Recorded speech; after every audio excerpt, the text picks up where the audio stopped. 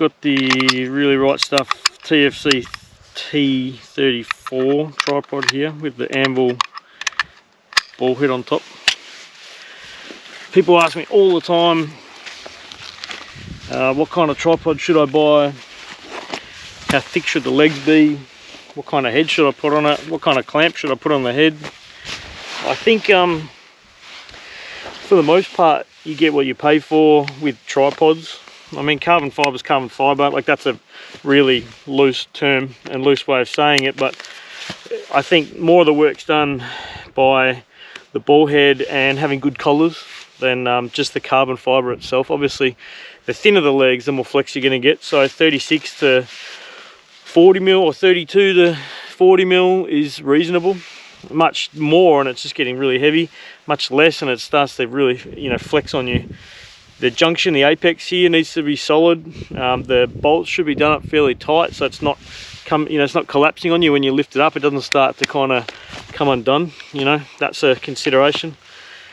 The rotating collars, like they need to be high quality, otherwise there's this slack in here. So when you're buying a tripod, you know, I think there's a bit of value in the fit and finish of these parts here, especially the higher you go. When you're working from a tripod, always extend from the thickest towards the smallest. If you want to go up a leg, don't put that one out because that's the thinnest one. Work from the top down because that's the next thickest, then the next thickest, then the next thickest. 1%er.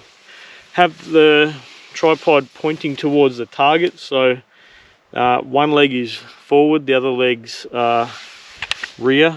That way when you recoil it comes back into two legs and it's symmetrical. It's not off on an angle and then kicking it off in this direction. Same as standing, similar principles. It's just an energy problem.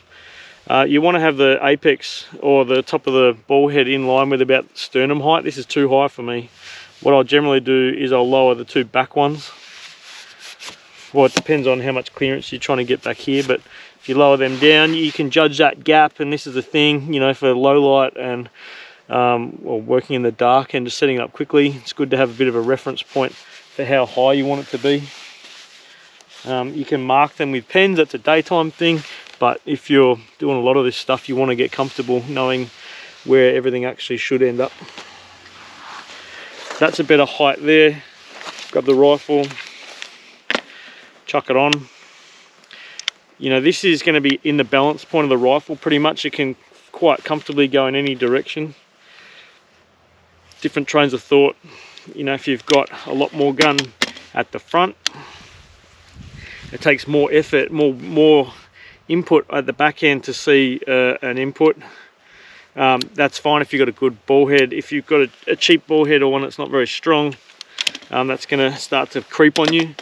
I prefer to put it in the middle because then you can kind of remove yourself a little bit more from the tripod, and then I can get my hands comfortably to where the control levers are and stuff here.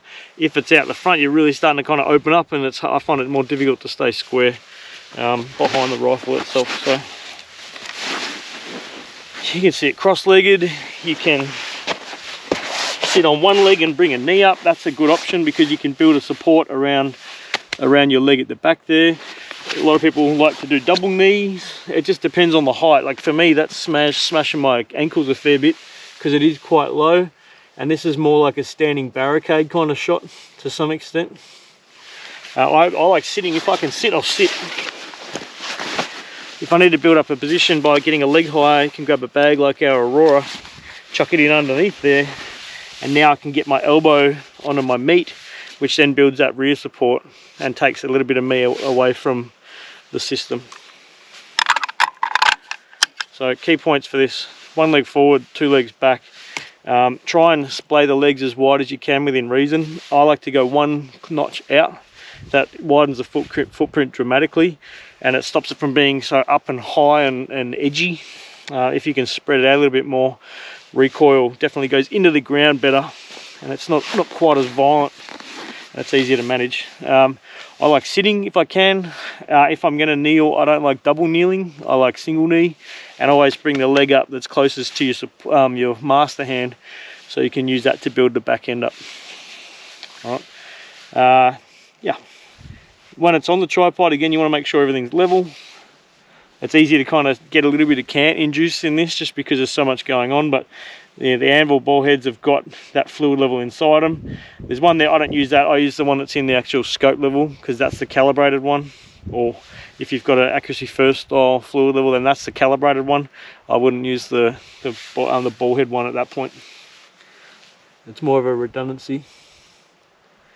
We've got one more aiming point down the back there. Let's scooch forward. I like to have my hand on the front leg or on the actual ball head itself.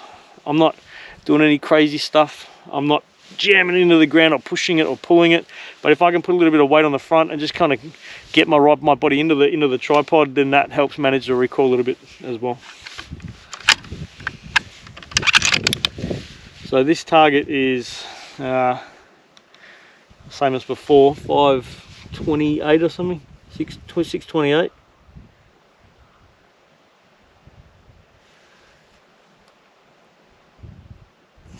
.628, 5.7 mils holdover, and there was a 0.8 left to right before, about 4 or 5 miles an hour before, and it was kicking up a little bit. So fire a couple of rounds, just watch the recoil, keep your head on the gun, stay nice and calm, smooth trigger, try not to move too much, let it settle, and then continue on.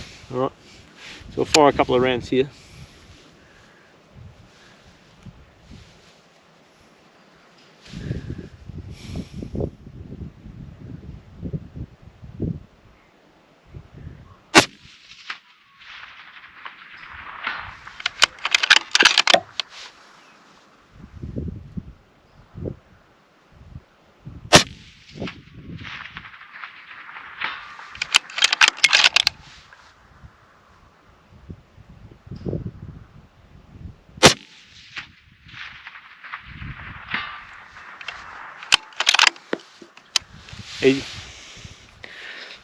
These clamps,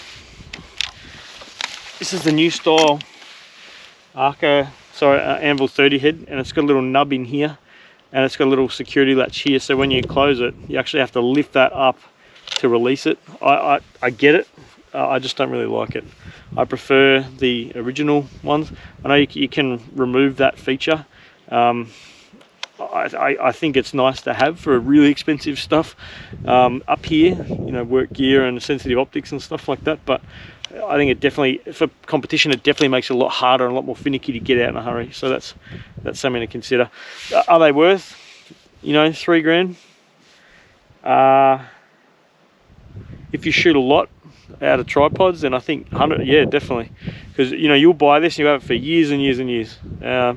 You could buy Leofotos, you could buy, you know, all different types of tripods that are available on the market. But what you find is that dudes are always sniffing around, come and have a look at these, and they're always kind of going, do you mind if I have a shot? Do you mind if I have a look at it? You know, the Anvil 30 is a really good piece of kit. It is a little bit kind of jittery sometimes. It's hard to get really, really fine adjustments. That's because it's a ball head. It's not a panning head or anything like that. It's got a compact apex head on this one. It's not the big bowl, the big dish, the big leveling head and stuff like that. There's ones that have the clamp underneath. I think they're not great because it's always a fight for space in the middle here to tension and release that. I prefer to have everything up top. The leveling, the bowl heads also as well, they're quite limited in their up and down. That's a problem if you're setting up and it's a weird position. You might have, you know, one leg up here and you're doing some stuff on a weird hill, and then that leveling head's maxed out. So that's a consideration. It's a sometimes problem, but I've had that issue, and that's why I've moved to the ball heads. I visited the guys that really write stuff in the US in Salt Lake City. Really nice dudes. They make it all in house. Yeah, it's a lot of money, but it's an investment into capability. You'll use it for photography, spotting, shooting off, you know, whatever. It is a good piece of kit. You spend a ton of money on your rifle, you want to be able to actually hit stuff, you need a good tripod. Not only a good tripod, you need a really good head. And if you're going to get, even if you're going to get a cheap tripod, chuck an Anvil 30 on top.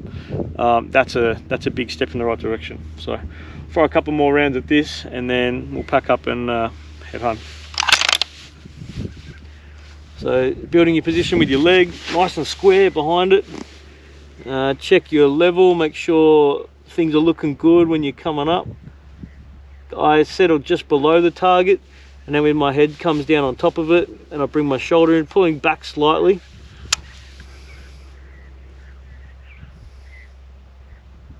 Left 0.4.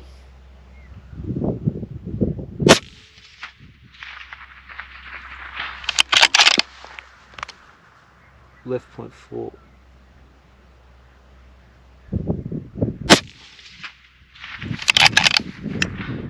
Good. All right, that's it.